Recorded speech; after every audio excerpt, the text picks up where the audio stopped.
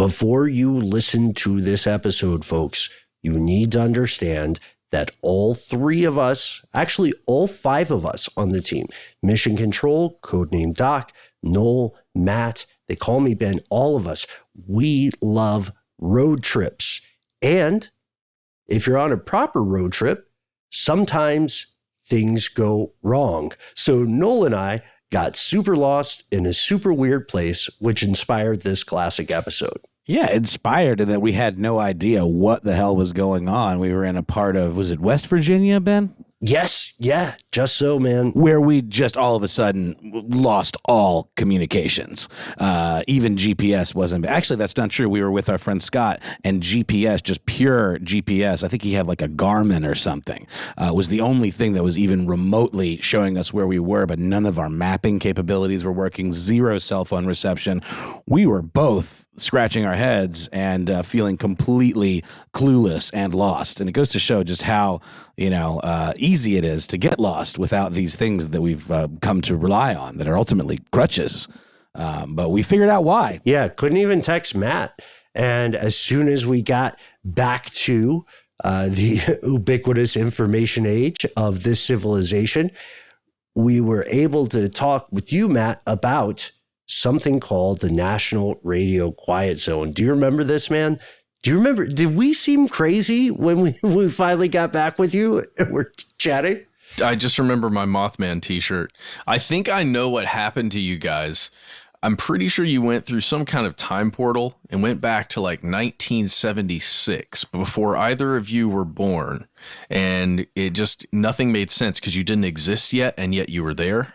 I think that's what happened. Now, thankfully, our pictures didn't start to fade out from that Polaroid you carry around in your pocket, Matt. Yeah, I kept a close eye on it. Yeah, that's one of our fail safes for each other. We each have a Polaroid that we carry at all times, and this is a way to make sure that we're all on the same timeline, in the same dimension.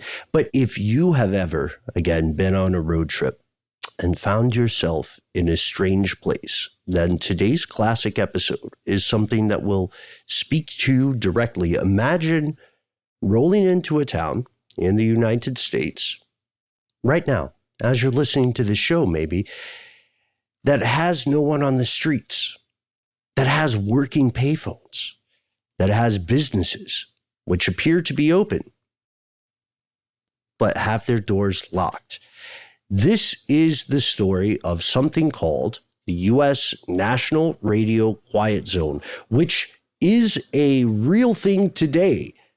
And you can drive there if you wish, but I don't know whether Matt, Noel, or I would recommend it. We would recommend listening to the rest of this episode. From UFOs to psychic powers and government conspiracies, history is riddled with unexplained events.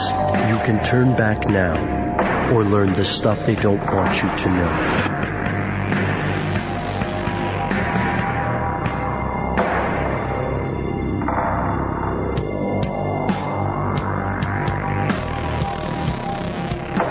Hello, welcome back to the show. My name is Matt. They call me Ben, and you are you. And if you are a longtime listener of the show, stuff they don't want you to know, then you already realize a couple of things. First, you're the most important part of the show. We appreciate your time, whether it's your first episode or your... How many episodes do we have, Matt? I thought you were going to say your last episode. Please don't make this your last episode. I hope not. Stay safe out there, folks. But longtime listeners, you may notice a conspicuous absence. That's right. Our super producer, the third amigo, if we were doing that movie, Noel the Madman Brown, is out for a moment, but never fear, he shall return. And in his absence, Matt and I are going to explore something that Noel and I stumbled across quite recently. Yeah. So Noel, I'll do my best to represent for you here. Well, I appreciate you being here, Ben, to talk about this. This is very cool. You and Noel and Scott and Casey, a producer here at How Stuff Works. Scott, the co-host with you on Car Stuff.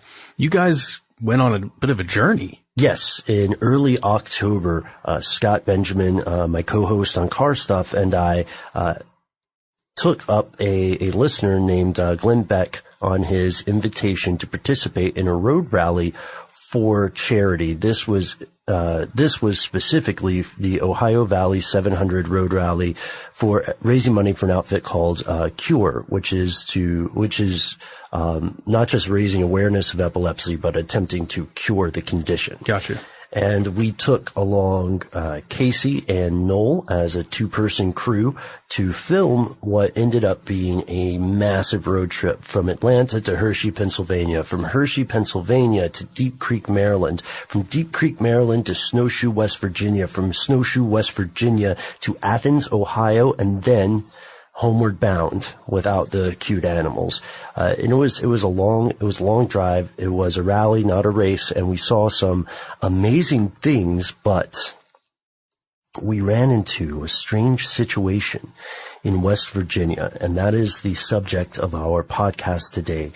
You see, there is an area there in the eastern United States that encompasses much of the eastern half of West Virginia, parts of Virginia proper, and even a little bit of Maryland, like a tiny little tip. Yeah, tiny amount. And this massive area encompassing pieces of 3 states is a square, essentially about 13,000 square miles. And in this area, cell phones just don't work. Completely, like the phone doesn't work or the service doesn't work? The service. Okay. The service or the signal will just not work. No bars. No bars. Radio stations go dead. There's nothing but white noise on the radio. People who live in this area are allegedly instructed not to own microwaves. Wait. You notice that payphones are still around there and they're actively used because there's not an alternative. Oh man. Okay. I've got 3 things to throw at you really fast. Please do. The person who invited you to go on this rally, his name is Glenn Beck? Yes. No relation. Okay. No relation. Okay. Number 2, really briefly, what is the difference between a race and a rally? Because I have no idea. Okay. So the difference between a race and a rally is that in a race, you're centered on winning. And a race, just in the largest terms, could be described in several different metrics. So maybe the best time, or the highest amount of laps, or or just surviving in some cases. And a rally, which also can take several different forms, a rally is more about the experience of driving. While there are going to be, it's quite possible there will be awards for different things, that doesn't have to be the sole purpose of a rally. So the rally that we did, the primary purpose of this was to raise money to cure epilepsy. It wasn't for us to come in first place. And we were doing essentially a scavenger hunt, finding different locations throughout the course of the days. The rally itself was about 3 days. So that would be the difference, is that a race is all about forget everyone else, I need first place. And a rally is a little bit more about the journey. Got you. So when you're finding places during the scavenger hunt, do they just give you like map points or something? Or like do you have to solve clues? Like how do you figure out? You have to solve clues. That's pretty cool. Yeah, you have to solve clues that will take you to various checkpoints, and checkpoints are worth a number of points.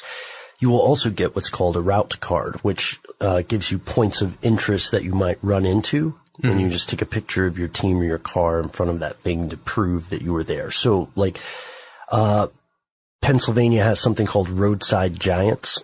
And I think it was Pennsylvania. And you take a photo of your car next to one of these official roadside giants. So that's like proof of, hey, we were here. And those things might be worth 10 to 150 points. So you add it up at the end of the day, and that's how they decide some stuff. So I'm imagining you guys going on this road trip, and you're not exactly sure where you're going to go. You're driving through, I'm assuming you're heading north. So you're probably in Virginia, heading through West Virginia or something like that at some point, and then you noticed that you had no signal? Yeah, as we were heading into West Virginia, we realized that the signal died. And that is when we did our best. We were very lucky because Scott's an old school guy, and so we were using cellular phone based GPS and mapping services, and of course when those went out, we were flying blind. Except for, and I was kicking myself because I usually bring a physical map, but I just didn't think we'd need one for Road Rally, which in retrospect was one of the 14 mistakes I've made in my life. Sure. But the thing that Scott had that saved us was an old school GPS device called a Garmin. Oh yeah, I remember those. Mm-hmm. Yeah, and he had a Garmin, and its maps weren't all up to date, but it knew the big stuff doesn't change that often, so it was able to get us to and from destinations and get us out of what we learned eventually is called the United States National Radio Quiet Zone. Electronic silence for 13,000 square miles. That's intense. That's the idea. Well, yeah. I'm trying to, I know some of this stuff, but I'm trying to envision exactly why you would have something like that, a state instituted area where there's essentially radio silence. I know according to the people that created it, there was one big reason to have this place. Mm-hmm. And it's because there were radio telescopes massive radio telescopes that they wanted to function with as little interference as possible, right? Mm-hmm. Yeah, specifically the world's largest steerable radio telescope, the Robert C. Byrd Green Bank Telescope, or GBT. So it is enormous. It's ginormous. Its diameter is about 100 meters. You can see this thing from miles away. Also, you can't drive anything but diesel vehicles within a mile of this contraption. Wait, why is that? Because a non-diesel IC engine, internal combustion engine, the spark plugs can create electronic interference. Spark plugs?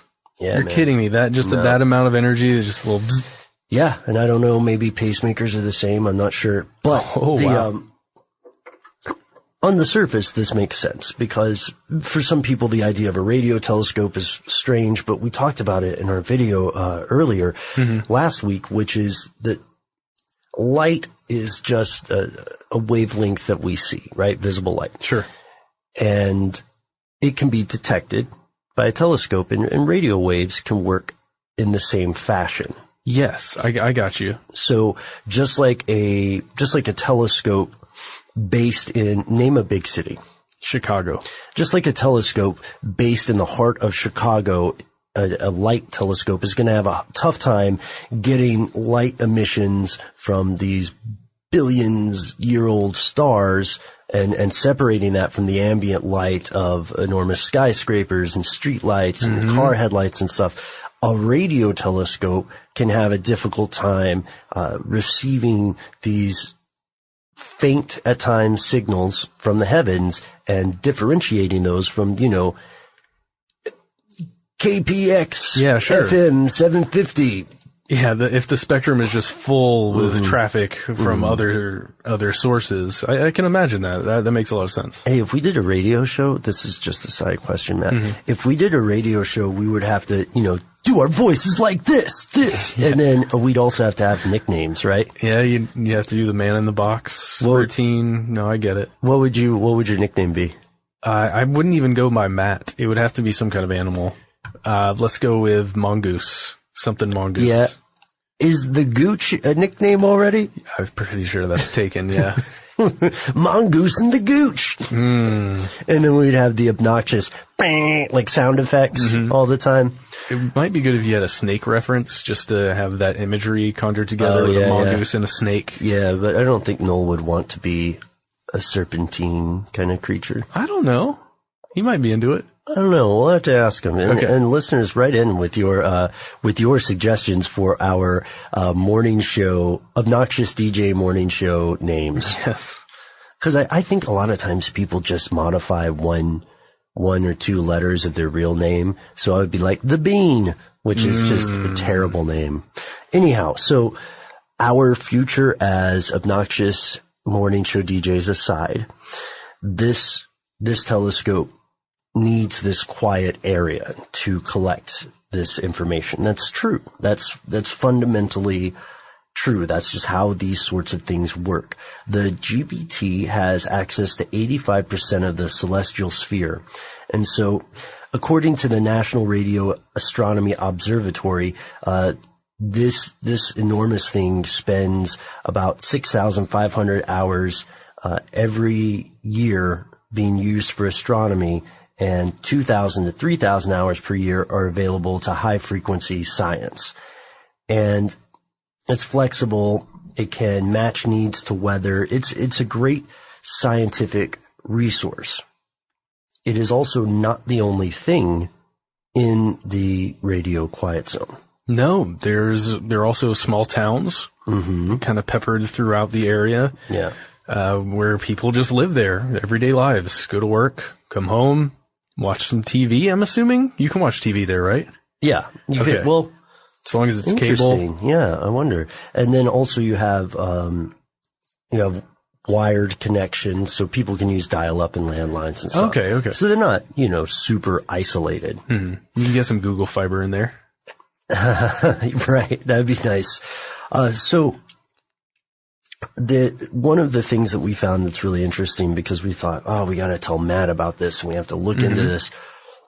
When we realized we were going to make it out, of course, was that this is a place many people would rather not visit, much less live in. However, Yeah, we're all connected, right? however, as fans of shows like Better Call Saul may realize, there is a very specific percentage of the population that thinks this is paradise. You talking about Chuck McGill? And specifically about electrosensitives. Could you describe an electrosensitive? Okay, so this is tough, and I don't want to offend anyone out there who feels like they are an electrosensitive, but just to put it in basic terms, it's that in some way or another, the signals from Wi-Fi, signals from cellular service, the electromagnetic radiation from power lines sometimes, from various electronic sources. Cell phones. Yeah, and really name anything that has electronics within it, has some sort of effect on them physically, where it's causing them headaches, other ailments, like physical ailments like that, just an uneasiness. There are a lot of ailments that have been reported having to do with electrosensitives, but they're not all the same, right? So one person may be reporting something very specific that somebody else doesn't have. Let's just quickly go with the Chuck McGill example from Better Call Saul. He forces his brother and others to leave their cell phones outside of his home. He has no electricity in his home. Because again, he feels like it's affecting him physically. And I know he's a fictional character, but he's a good example in pop culture currently.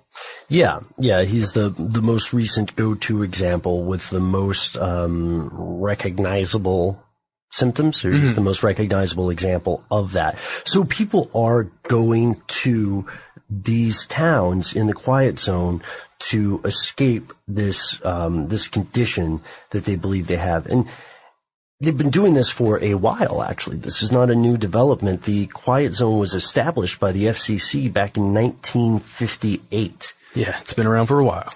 And the people in these towns have had a continual struggle as technology evolves around them. So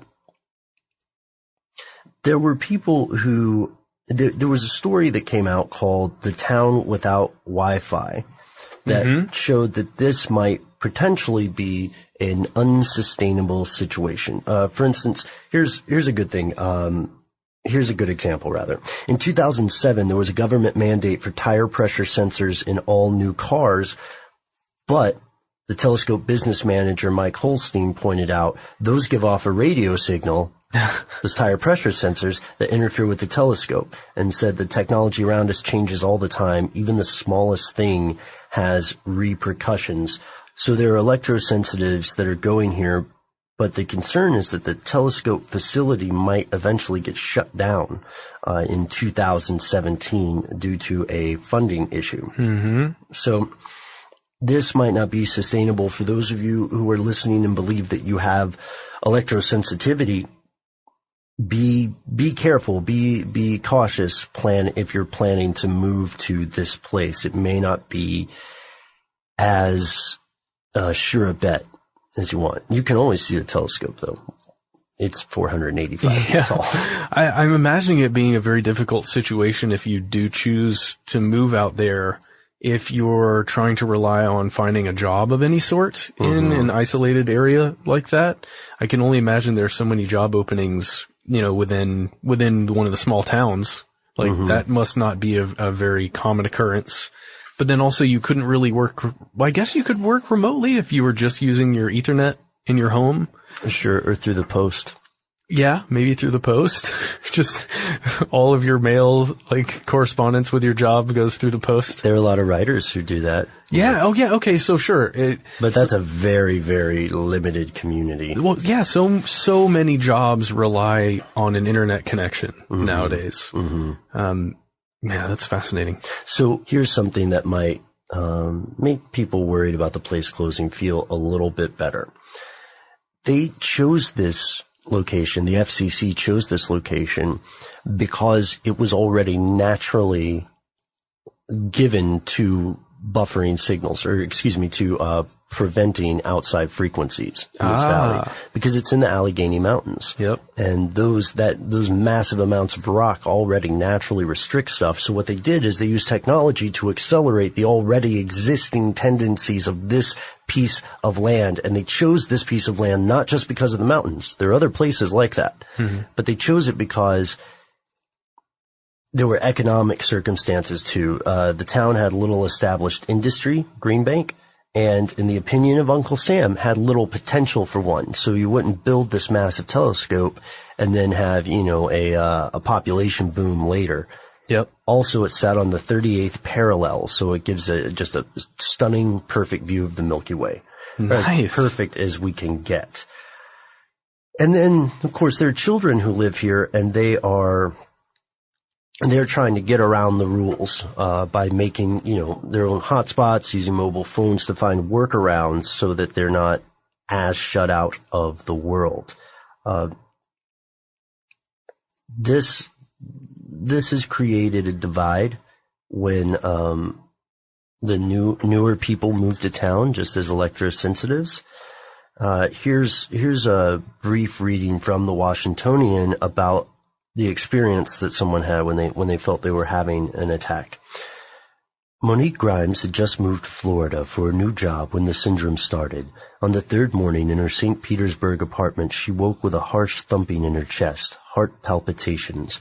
Within hours, it felt as if someone had tied a thick rubber band around her head. Then came nausea, fatigue, ringing in her left ear, an onslaught of maladies all at once, and she had no idea why. I was trying to come up with every excuse in the world for what was happening to me, she says. Moving is stressful, but the symptoms kept piling on. Wow. So she was having issues speaking. She couldn't form coherent sentences. She saw an internist, neurologist, a psychiatrist. They had no explanation. And then she ended up becoming part of this electrosensitive community. And she is one of the people who moved to Greenbank and to, this area of West Virginia. So one by one, in ones and twos and threes, the electrosensitives moved to Greenbank. And this is a town that originally had 143 people in there. So there's been some, there's been some tension between the newer residents and the longtime residents, because the electrosensitives are asking things that the that the members of Green Bank community don't care for. So there's a sheriff there at the time. His name was David Jones, and he said that the electrosensitives want everybody in stores and restaurants to change their lighting, turn their lights off, which creates some issues. Yeah. You know, Yeah. Or that these people are coming in and asking churches not to use wireless microphones, don't use cell phones as cameras around them, and then people began protesting that these folks were just unnecessarily complicating the lives of people around them. Yeah, of the 140 some people that live there. Right. And then this isn't the only gripe the old timers have, because they were also growing angry with people that they considered to be dangerous, being ushered into the community because of their perceived electrosensitivity. So another article here, just read a quote. A few years ago, one disturbed electrosensitive flew into a rage at the local library, decrying the dumb hillbillies who surrounded her. As the story goes, she rampaged from the post office to the bank to the auto shop, belligerently screaming before police finally ticketed her and banned her from a couple places around town. This woman has since moved. Jeez. So this idea here was, it escalated, and you can see both sides of it pretty easily, because people who believe they have electrosensitivity believe that they have a solid, dangerous, and potentially lethal medical condition.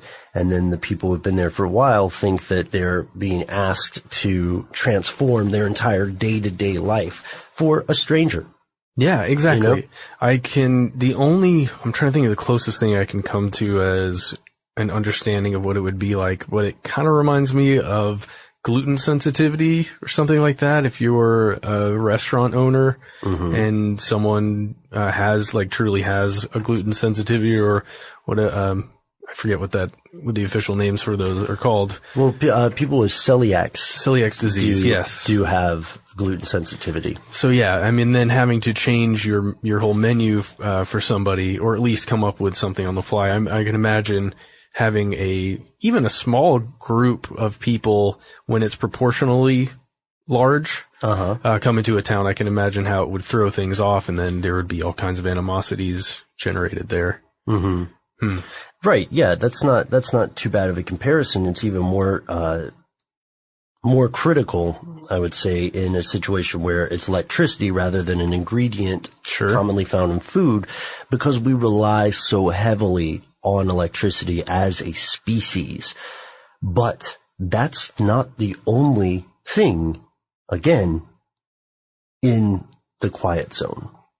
But those two things we mentioned so far, the Green Bank telescope and the electrosensitive communities, are not, as we said before, the only things in the quiet zone. And we will learn about that right after a quick word from our sponsor.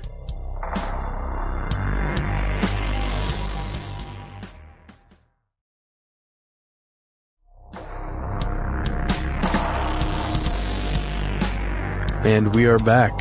And you know what that means. Here's where it gets crazy. You see, Matt, listeners, Noel, as you are here in spirit, the Bird Telescope, the Green Bank Telescope, is not the only show in town, or it wasn't for a long time. There was another place called Sugar Grove Station, a U.S. government communications site located in Pendleton County, West Virginia. Because here's the thing about a place where no wireless signals can exist. It's also good for preventing remote compromise, essentially hacking. If you want to store stuff where people can't get to it, then you remove it from the cloud or from any possible interference from an outside source. So the National Security Agency operated this, and it, according to an article by the New York Times, in its heyday, the Sugar Grove Station intercepted all international communications entering the United States. and this fell under something called Naval Information Operations Command. In 2013, the chief of naval operations said the site was going to be closed by September 30th of 2015 because they wanted to relocate the command's mission. Part of the base had been transferred to General Services Administration for sale, while another part of the base in the south continues to operate. So when it first started, it was in the 1960s, just a few years after the Quiet Zone was created, with a 600-foot radio telescope that would gather intelligence on Soviet radar and radio signals reflected from the moon. What? Yeah, and then was halted in 1962 before it was completed, and then it was developed as a radio receiving station, the Naval Radio Station Sugar Grove, there in 1969 on May 10th. And they added other antennas, dishes, domes, and what have you. And they also have another telescope. They have several other dishes. And they weren't operating alone. They were part of something else that we've talked about in the past, a network that spans nations and spans borders and the globe. Are you talking about Echelon? Yes. No way. Also known as Five Eyes. Yeah, this was a secret code name, Project Echelon, for a surveillance program, signal intelligence collection and analysis for 5 different countries: Australia, Canada, New Zealand, the United Kingdom, and the United States, hence the name Five Eyes. Originally started in the 60s to monitor communications of the Soviets and Soviet allies during the Cold War. Of course, it went wrong, the opponents would say, because it was monitoring everything. It's that vacuum cleaner approach. So they have other projects that are under the Echelon system, right? You'll hear things like software programs like Silkworth, Sire, a satellite named Vortex. These are all affiliated with Echelon. Here's the way The Guardian described Project Echelon. A global network of electronic spy stations that can eavesdrop on telephones, faxes, and computers. It can even track bank accounts. This information is stored in Echelon computers, which can keep millions of records on individuals. Officially, however, Echelon does not exist. I'm getting such a Kiwi vibe from that. I know, I went Kiwi so hard. Sorry, guys. Yeah, I've been watching a lot of, longtime listeners, you know that we've been working on our Kiwi accents, and it started Michael Caine, and then it went for Flight of the Conchords toward the end. Yeah. Well, I'll keep working at it. But, atrocious accent impersonation aside, that is a pretty good summary of it. And people do know that it exists. European Parliament investigated this in 2000, 2001. It wasn't confirmed to exist by Uncle Sam until 2 NSA newsletters from 2011 and 2012, which were published as part of the Snowden revelations. On 2015, for the first time, they confirmed that the NSA did use this code word. And it was part of an umbrella program called Frosting, which was developed all the way back in 1966. So they're listening. Yeah. All our old jokes about that intern Steve might be less funny and more real than we thought. Hey, Ben, I just found something.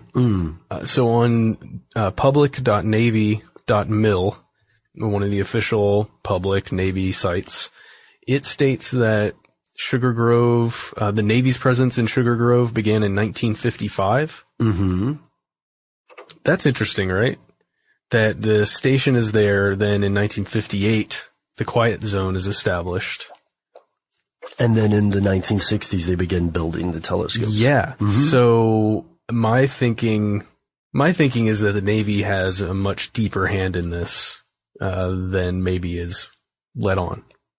Yeah, or the NSA, or ultimately, once you get this far into the alphabet soup of government agencies, who really does run the show? Who pulls the strings? Well, yeah, because I feel like the Navy Information Operations Command at Sugar Grove was like the big ticket thing there. One of the old rules that I invented, but I can't get out of my head is that, what's the best way to say it? The more bland and the more innocuous the name of an agency is, the more dangerous that agency becomes.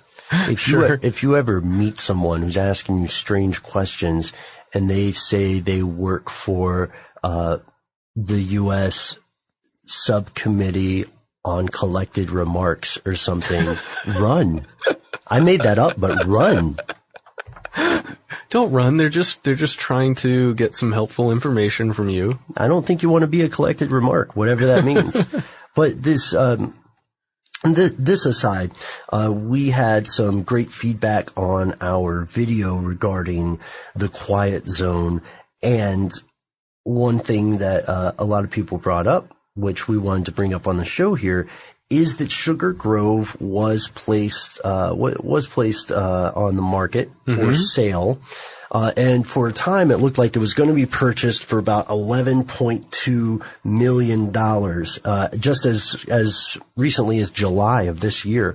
However, that failed, and the bidding is open now, they reopened in September. So, if you would like to buy a town that was formerly one of the listening posts for a pretty dangerous broad brush intelligence program, and you got some money to burn, hey, why not Sugar Grove? I don't know if you'll be able to, even if you own the town, institute too much wireless activity.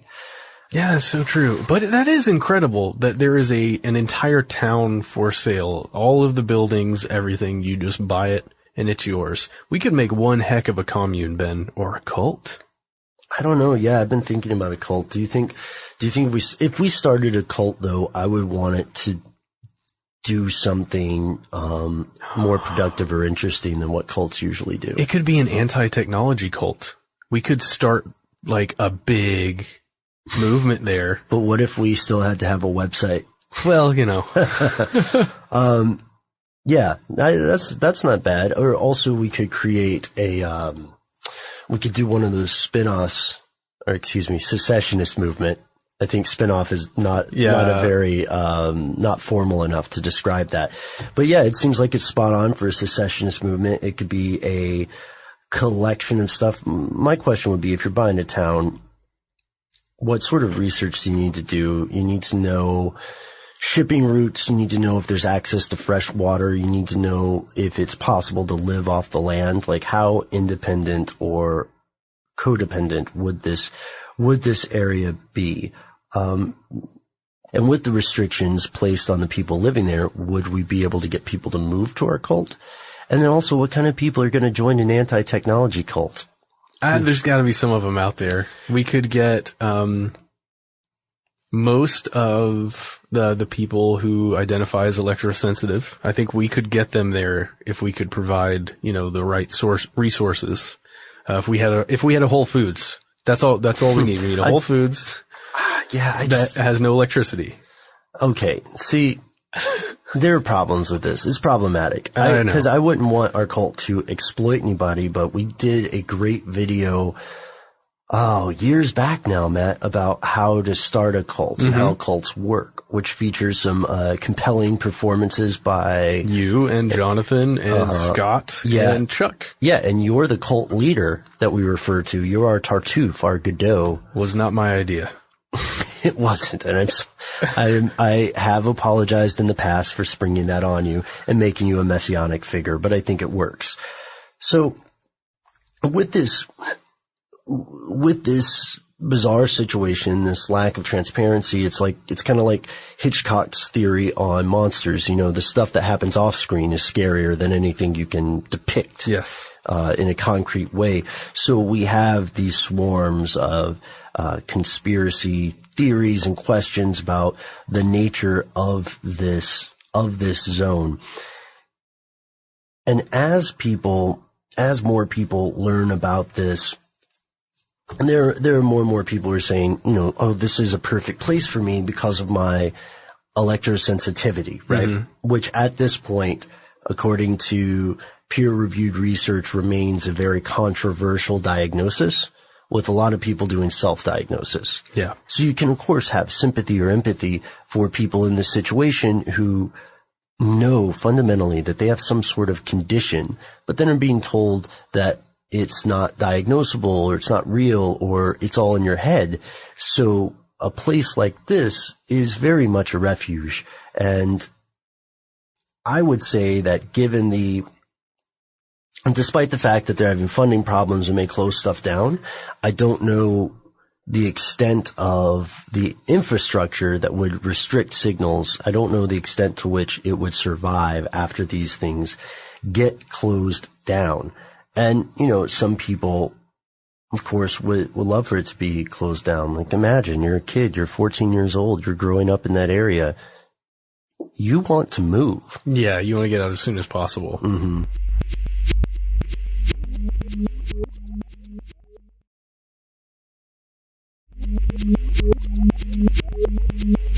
I want to hop into some of the theories around what this Navy station did. One of the big ones I've read in a lot of places, I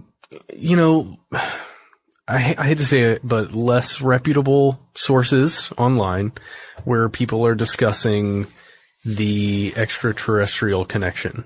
And what they're doing is connecting up the Navy and this radio telescope. And what they're saying is that there was at some point after 1948, communication between an extraterrestrial race and the Navy, and it occurred through that radio telescope. I have heard people saying that if you want to find aliens, the quiet zone would be one of the best places to look. We know that a lot of very big fish in the human species are pouring a lot of money into renewing the search for extraterrestrial civilization, or the remnants of it, which would be much more likely for us to find. A Russian billionaire named Yuri Milner just gave recently gave $100 million to SETI, the Search for Extraterrestrial Intelligence Center at Berkeley, University of California. And these things have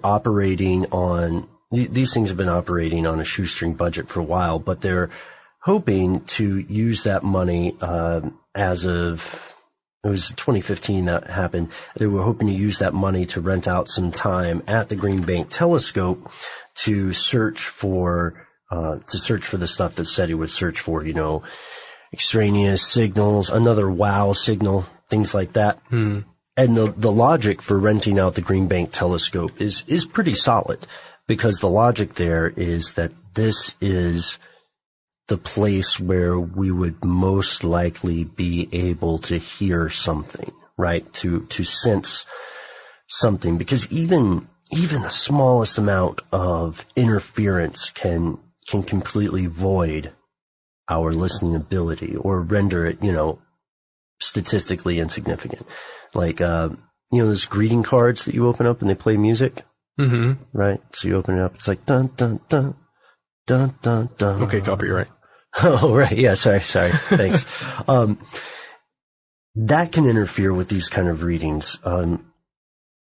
So there's going to be other listening operations, but it is true that at least some forces, if they don't believe that extraterrestrials have made contact with the human species, they believe that Green Bank is the place to start.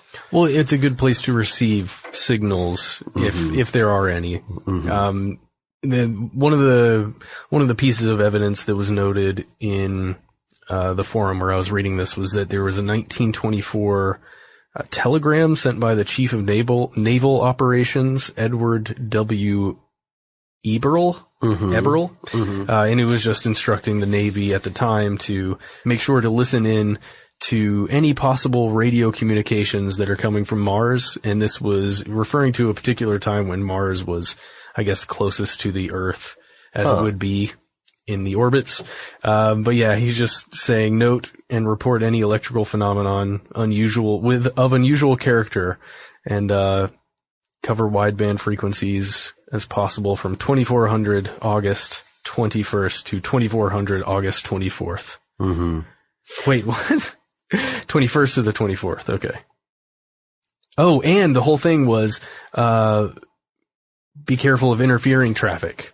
So the whole point in this forum was that this is the perfect place to have no interfering traffic and to just pinpoint a place and listen and possibly receive signal.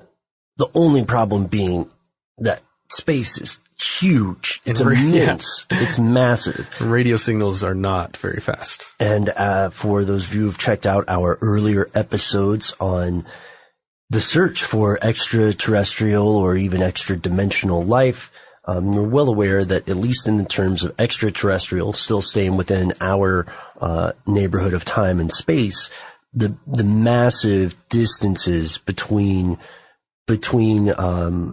one civilization and the next in terms not only of physical space, but in terms of time, mean that, how did we say it last time? Mean that not only is it way more probable that other civilizations have existed or will exist just because of the size of space, that same factor makes it almost certain that we will never talk to anyone, at least if the same rules of time and space remain constant, which they may not always apply.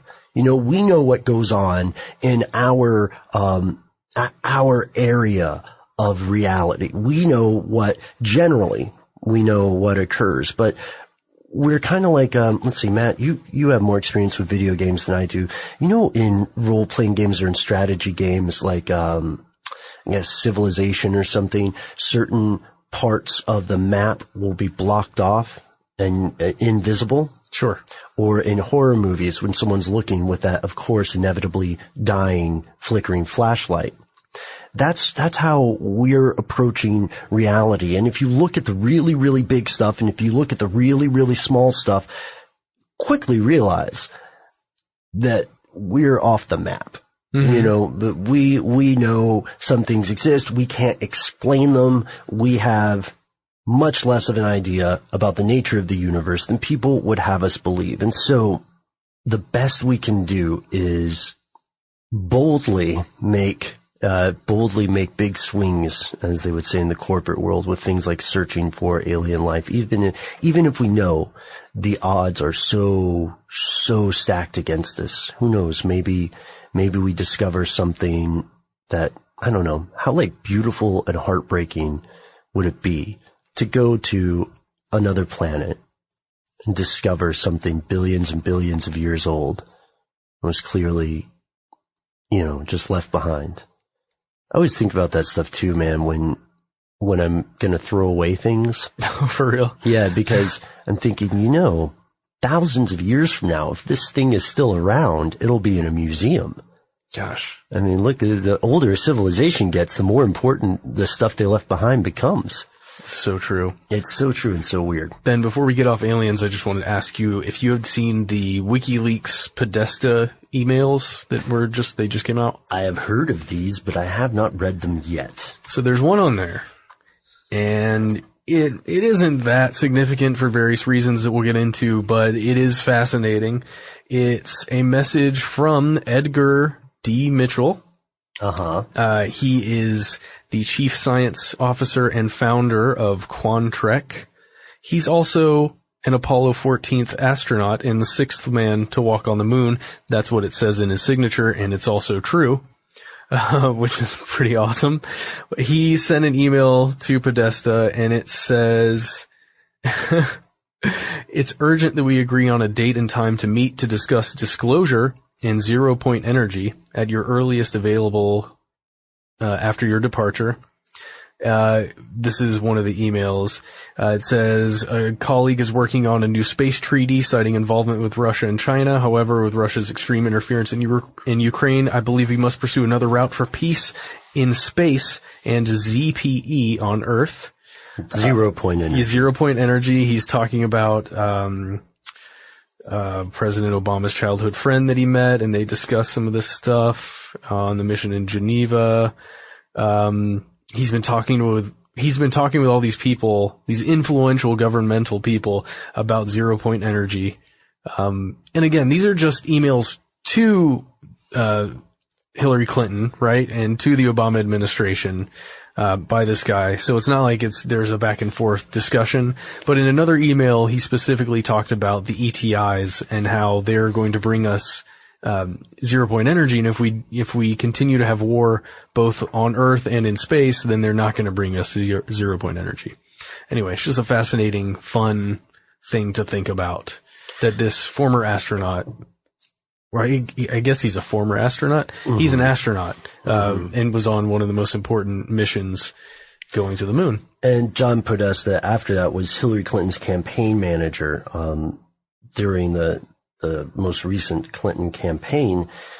So it's interesting that we see astronauts, talking about this or pursuing this, because, aside from all the scare tactics, which are completely valid, and I'll get to those in a second, the discovery of alien intelligence will be one of the most significant, well, probably the most significant thing that has ever happened to us as a collective. The only thing that will compare with that will be machine consciousness, which we'll probably run into first. And what if we're contacted through the vast gulfs of time and space by a machine consciousness? We don't talk about this too often because it hurts the human ego, but I often think about larger interspecial life cycles. Okay. So human beings, and others, all of you listening now, if you are a human being, like Noel, Matt, or so many other people, then you are an agglomeration of very, very tiny creatures. You are much more like a city or a town or a world than you are a single entity. And were these creatures capable of thought, this would probably amaze and befuddle them.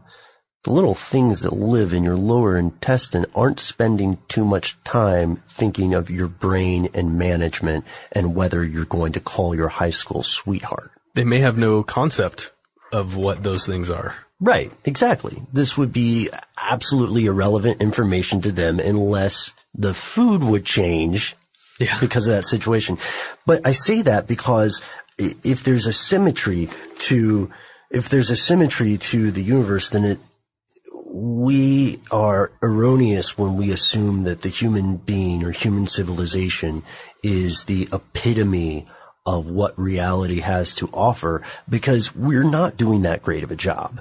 I mean, we're doing something, I guess. We could get the Good Hustle Award. Growing that economy. At the end, you're right. We have weird religions. That's one. And I'll say again, yes, you heard me correctly. The economy is another weird religion, and future historians will no doubt have some condescending and very valid things to say about that kind of pursuit. But with that being said, what about this? I advance to you this concept. Human beings are not the end goal of evolution or civilization any more so than the microbes living inside us were the end goal of evolution, right? Instead, they are assisting a larger thing, a gestalt thing. And what if human beings, what if our entire purpose, our entire contribution as organic life forms is only to midwife a machine consciousness that does not suffer from the same dependencies upon environment as our species? What if all of the civilizations exploring the stars are essentially created by planet-bound terrestrials? You know what I mean? Because what is the alternative for an organic thing to live on that scale of time? It would be like a microbe, right?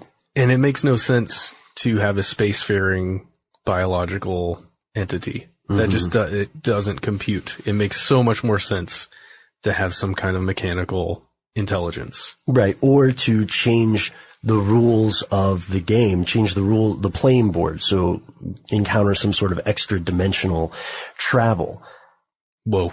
However, this time, although we know in the very, very, very, very, very, very small infinitesimal scales, we know that something screwy is going on with time and space, right? But we don't know very much about the big picture, and we don't know for sure what those effects are on contemporary time and space. Contemporary means occurring at the same time. So the time and space that we are all sharing, whether you are hearing this podcast now or thousands of years from now, which is strange. We should probably do an update then. How did you get to this point where you're listening to this? Oh my gosh. Oh, write in and tell us what the future's like. We are having an annual Time Travelers meetup yesterday. Always, every yesterday. We meet up regularly on yesterday at 4 p.m. Yep. So with this, I know we're getting a little off topic when we're speculating here, but I have to ask you, Matt, could you ever see yourself living in a quiet zone like this? Absolutely. Really? Yes. Why is that? Because if my Xbox 360 still works, and I still have a bunch of games, and I have my wife, and I have my son, and I have a drum kit, then dude, I will be good to go. And if there's copious amounts of wood to chop as like a separate time consumption thing, yeah, I'd live there in a heartbeat. So what do you think the effect of that would be on your child? You know? I think it would be incredible. Incredible. Yes. Letting him grow up not connected to all of this stuff, the distractions that I have in my daily life, in my work life, in my home life. If he didn't have a cell phone with games on it that he could look down at every time he gets uncomfortable in public. I mean, this is all me projecting on my son. But I mean, this is just the way I feel. For a long time, I didn't want to get a smartphone, and I fought against it for about 4 years as the smartphones were coming out, because I really felt like it was a distraction or something that I would just constantly be using. Mm-hmm. And I still feel that way. It worries me how much I depend on that kind of stuff, or depend on YouTube videos to watch and entertain me while I'm trying to work or something like that. People do get addicted to cell phones. You realize that. The studies show that there's a spike in the feel-good chemicals when you check something and it says, you have an alert. Yeah, notifications, that kind of stuff. Noel Brown liked your Instagram post. Man, I don't know why it's a warlock's voice, but dude, and we do so much social media for this show. I don't know if you guys realize how much work goes into maintaining our social media accounts.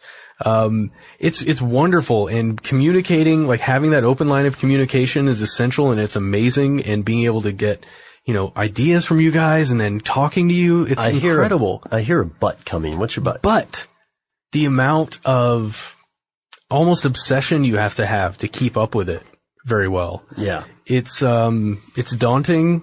And again, it makes me nervous about the future of humanity.